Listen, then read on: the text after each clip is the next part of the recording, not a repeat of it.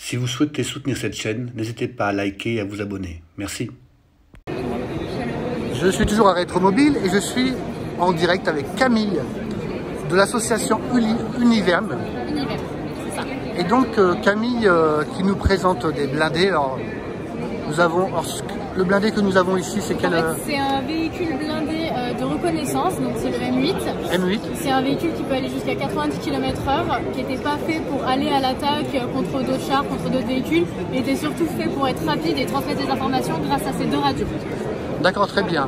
Et donc à côté de vous, il y a une autre association, c'est les blindés de Saumur. C'est ça, c'est le musée des blindés de Saumur, qui comprend une énorme collection de chars, qui est absolument à visiter si vous y passez. D'accord. Et donc, comme vous pouvez le voir, là, il y a beaucoup de monde, mais il y a un AMX-30. Donc c'est le char qui était avant le char Leclerc. Il est toujours opérationnel dans certaines armées dans le monde. Alors je ne peux pas vous dire lesquelles, mais bon voilà. Donc, et j'ai demandé à Camille de bien vouloir nous faire un petit topo sur ces véhicules blindés. Et elle m'a fait part d'une problématique que rencontre son association. C'est bien ça, Camille? C'est ça. Alors, pouvez-vous nous dire ce qui se passe pour votre association, la problématique donnée, et ce que vous recherchez pour compenser cette problématique, en tout cas pour régler ce problème? Donc en fait, on a une association basée à Versailles-Satory. On comprend une cinquantaine de véhicules de la Seconde Guerre mondiale, donc la plupart sont américains. Et en fait, là, on a un problème, c'est qu'on a des locaux qui représentent un peu plus de 400 000 mètres carrés et on est à la porte dans quelques mois. Donc c'est pas si simple que ça, vous vous doutez de devoir retrouver des locaux pour 50 véhicules. Bien sûr. Et en fait, l'armée doit malheureusement nous demander de partir parce qu'ils ont besoin de récupérer les locaux à cause du Grand Paris. D'accord. Et nous, on a fait déjà plusieurs démarches auprès de pas mal de politiciens, etc. Mais on n'a toujours pas de solution pour nos véhicules. Donc on réclame un peu l'aide de tout le monde.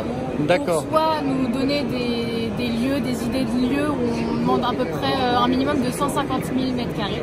C'est énorme, mais ouais, c'est encore trouvable. Et surtout, on a mis en ligne une pétition pour essayer de faire remonter notre problème, pour essayer de recevoir de l'aide d'au-dessus, donc ministère des Armées, etc. D'accord, Camille, très bien. Écoutez, le message est passé, il va être relayé par ma humble chaîne YouTube. Parfait. Et bon, donc c'est un appel. Si des personnes peuvent venir pour, en tout cas, prendre contact avec vous, pour trouver une solution à votre problématique, et ainsi pouvoir pérenniser votre association, parce que qu'est-ce qui va se passer si vous ne trouvez pas de place? Les véhicules vont devoir être disséminés à droite et à gauche, peut-être même quitter la France, peut-être. Et puis être vendus, être ferraillés pour certains, malheureusement. D'accord. En fait, ce serait la mort de l'association et de l'association la plus grande de France, je crois. Parce que, donc, je disais, il y a le musée des blindés de Saumur qui a beaucoup de véhicules, mais eux, ils sont financés par l'armée. Nous, on se débrouille tout seul. D'accord, vous êtes autonome. Et voilà, on est autonome. Financièrement, on gère par rapport aux sorties, par rapport aux box qu'on loue. Et donc là, c'est vraiment un grand appel à l'aide. D'accord, il y a vraiment une grosse problématique. Écoutez, Camille, j'espère que ce message sera communiqué à la mer et sera relayé. Merci à vous. Merci de même. Et je vous souhaite un bon salon. Au revoir. Merci Camille, au revoir. Donc les amis, si vous connaissez quelqu'un qui peut aider l'association à Camille, n'hésitez pas. Donc là, nous sommes devant un MX-30 B2. Donc comme je vous le disais précédemment, c'est le char qui a été remplacé par le char Leclerc. Bien sûr, beaucoup plus moderne, beaucoup plus électronique. Bon, c'est sûr qu'actuellement, ça prend tout son sens au vu de l'actualité. En tout cas, on se rend compte que ce sont des objets qui servent toujours malheureusement. On les regardait un peu comme dans les antiquités en se disant qu'on n'en aurait pas besoin et qu'on était passé, en tout cas en Europe, à autre chose et qu'on n'en aurait plus besoin, mais il faut croire que l'histoire se répète. Donc voilà. Alors, c'est un monstre, hein. C'est sûr que c'est un monstre d'acier.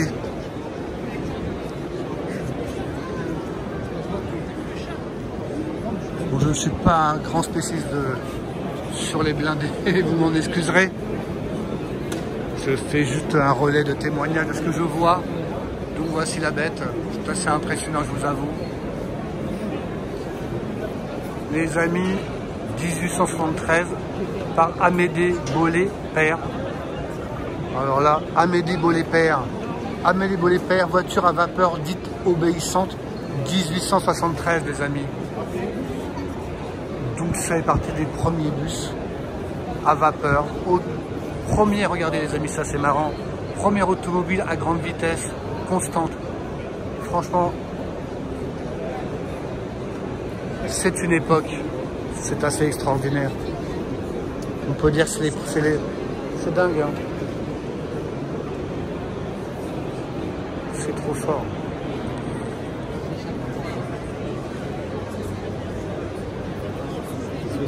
Ah non, excusez-moi. Merci. On est vraiment sur les prémices de la voiture. Et là, on est à vapeur. On va aller voir ça parce que ça m'intrigue beaucoup. Bonjour. Est-ce que je peux filmer? Merci.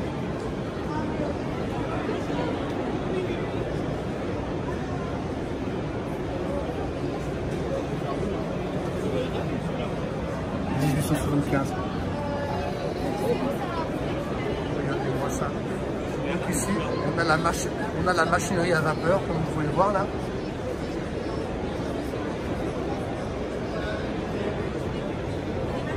Eric, elle est sartoise. L'obéissante, les amis. 1873, vous vous rendez compte? Ça tient de la machine à vapeur. De l'ébénisterie, on dirait un peu un lit. Et un peu de l'hippomobile, bien sûr. C'est assez... Alors donc là, on est à l'avant, voilà le volant. Voilà les commandes, les amis. Double volant, alors il y a un volant, mais peut-être une vanne de régulation, je ne sais pas. C'est assez fou.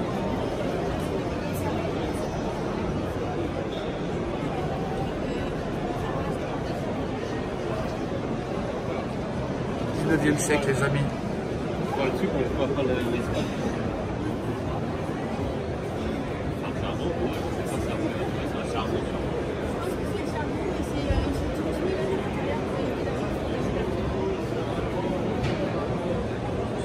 Les amis, je suis avec Alexandre et Romain. Salut. On s'est croisés, puis Alexandre, Romain a une chaîne YouTube, Lulu Drift, c'est ça? C'est ça, voilà. Et il me faisait voir son matos avec le micro pour peut-être pour un achat ultérieur. Voilà. Écoutez, je vous souhaite un bon salon. Les amis, nous passons au hall 2 et regardez-moi ce camion, quelle bonne petite bouille. Ultra van. Donc nous sommes dans la passerelle, le corridor qui mène au hall 2. Et là, nous sommes devant l'ultra van et du rétro camping. Comme vous pouvez le voir, vert tilleul. Le rétro camping, c'est sympa. Allez, on continue, les amis. Les amis, nous sommes dans le hall 2. Ben voilà une jolie petite pépite, comme je les aime. On va aller voir de plus près de quoi s'agit-il.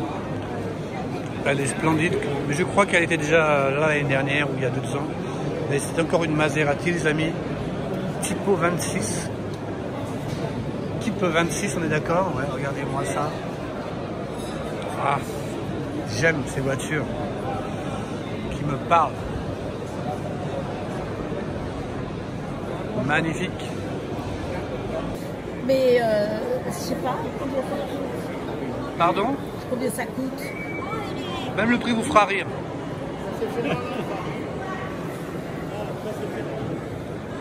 Une bagatelle.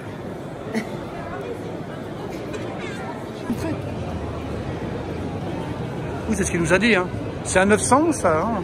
C'est un vieux 900 pour les sports d'hiver. Tu vois, au Canada en ce moment il fait moins 50 aux États-Unis, tout ça. Ah là-bas, ouais. Il leur faut moins ça pour sortir la Porsche, quoi. Ouais, les amis, trop de neige dans votre rue, voilà ce qu'il vous faut. Un Porsche vintage monté sur chenilles et patins à l'avant.